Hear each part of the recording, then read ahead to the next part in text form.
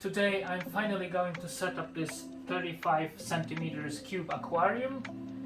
It's been up and running for several months now, but as you can see, without a substrate, it was more like a holding tank for some plants that I bought, and today I'm finally aquascaping it. I'm gonna start by taking out all of the plants and water before I put the substrate in. And then I will move those plants to this aquarium, which is also not aquascaped yet. It will be soon aquascaped. So let's get to work.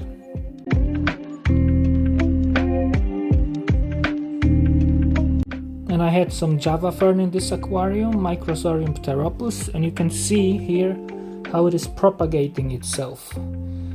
The small plantlets grow on the edges of the old leaves. And as soon as the plantlets have their own roots, you can just detach them from the old leaf and throw away the old leaf. And here I am removing some leaves of Hydrocotyle tripartita that had some cyanobacteria on them. I don't want to transfer cyanobacteria to the newly started aquarium. I bought this plant around 4 months ago, and during this time it was the size of a small cup in which it was grown as a tissue culture. So that's how much it's grown in a well-lit tank with CO2 during this time. Now I removed this little guy. It's a so-called military helmet snail, very good for algae. I remove it to another tank next to it. Here you go, buddy. Now I'll just put the plants from the small tank, from the cube tank, to this 200 liter aquarium, just to keep them during the setup of the cube aquarium.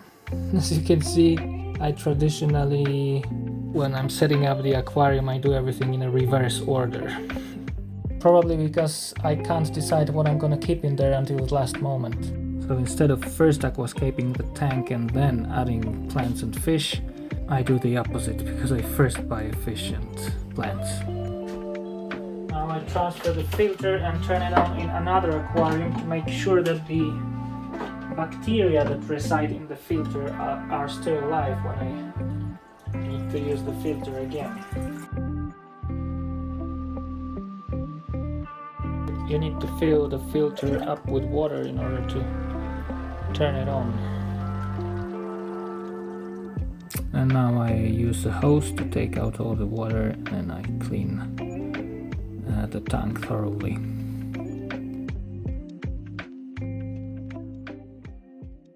This is the soil system I will be using in this cube aquarium. It's by JBL, Aquapaces Plus, which is aqua soil.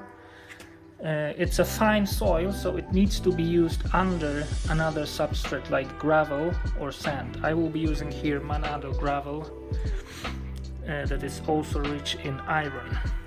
First Aquapaces Plus, several centimeters, and then Manado gravel. So the instruction on the packaging says that I should use between 2 and 4 millimeters of Aquapaces. Let's try this. I left a little bit of water because it's good if the soil is a bit damp when we plant later on.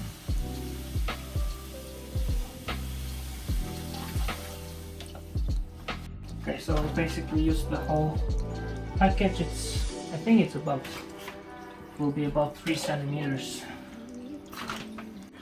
So after thinking about it for a minute, I decided it's better to take out this filthy water. And the manual says that you should lightly rinse the Manado gravel.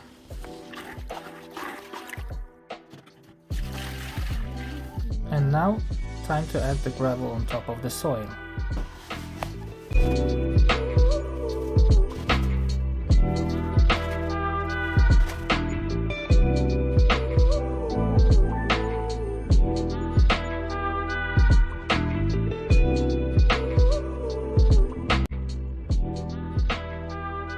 And I have some nice stones for aquascaping. I don't have many, but they have very interesting shapes. So I will try to make something out of it, out of what I have.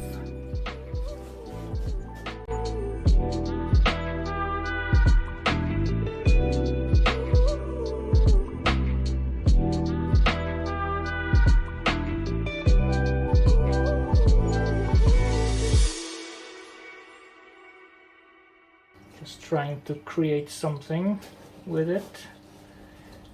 I will see what I end up with. I have 2 more stones. One is quite long. Not sure if I will be able to use this.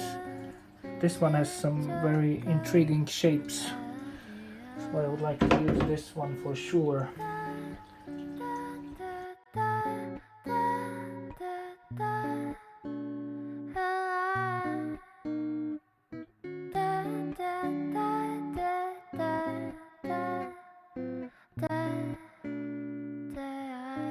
I think I came up with a quite interesting composition here. This kind of layout is called Iwagumi layout. In this kind of layout you use only one type of stones and not many plant species, 1 or 2 usually. It's meant to give you a feeling of peace and tranquility. And in this tank I'm gonna plant Micranthemum calitrichoides, a plant that creates a kind of a lawn on the bottom of the tank, and it comes from Cuba. In the beginning I add just a little bit of water. I use filter floss to prevent the water from stirring the gravel. Here I am taking out the Micranthemum from the plastic pots and removing the sponge in which they grow as well as possible, and then I divide the whole plant into smaller plantlets that I will be planting across the substrate. Finally, time to plant the Micranthemum, and you gotta be patient. That's a lot of planting across all of the substrate. I have divided the plant in the pieces that will not cover all of the substrate at once. However, they will spread shoots, and after some time the whole gravel will be covered.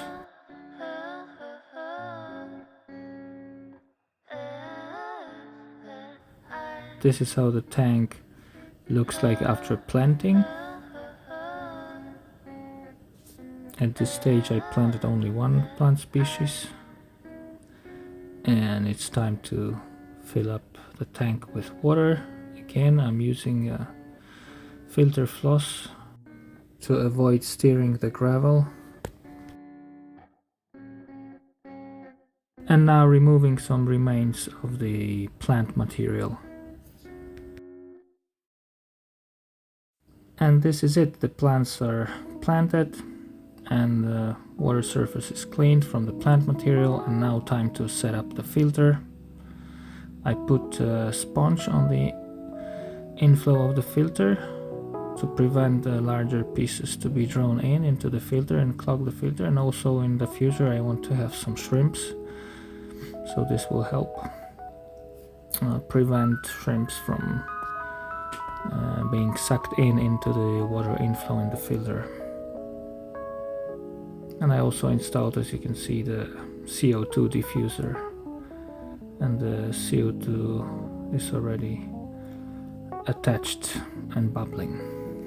And in this footage you can see aquarium 3-4 weeks after setup. You can see Micranthemum has grown a bit, and you can see first signs of algae, diatom algae.